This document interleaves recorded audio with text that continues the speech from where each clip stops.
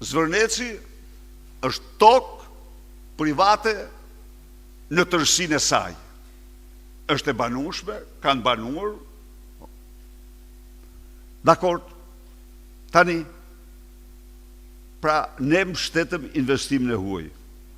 Ky ishte edhe qëndrimi i kryedemokratit Sali Berisha lidhur me çështjen e Zvërnecit, e cila është kthyer edhe në një debat publik gjatë ditëve të fundit. Edhe paraardhësi më është marrë Fatos Nano, ja u kemi ofruar investitorëve. Në fjalën e tij gjatë mbledhjes së grupit parlamentar, kryedemokrati theksoi se ndërtimet në këto zona duhet të bëhen në përputhje me peizazhin.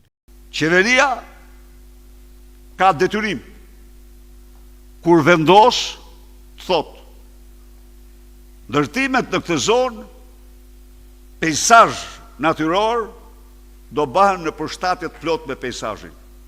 Shkoni, ja u them unë ju, edhe në parqet në të mbrojtura ka ndërtime në përshtatje me peizazhin. Ndërkohë akuzoi qeverinë për zero transparencë për këtë projekt, duke cituar se shteti duhet të jetë garantori i situatës. Duhet të jetë shteti që duhet të garantojë. Nuk i thuhet fare, si sot ai që unë ja u ktheva këtë projekt, u tha, jo. Qeveria ka detyrim.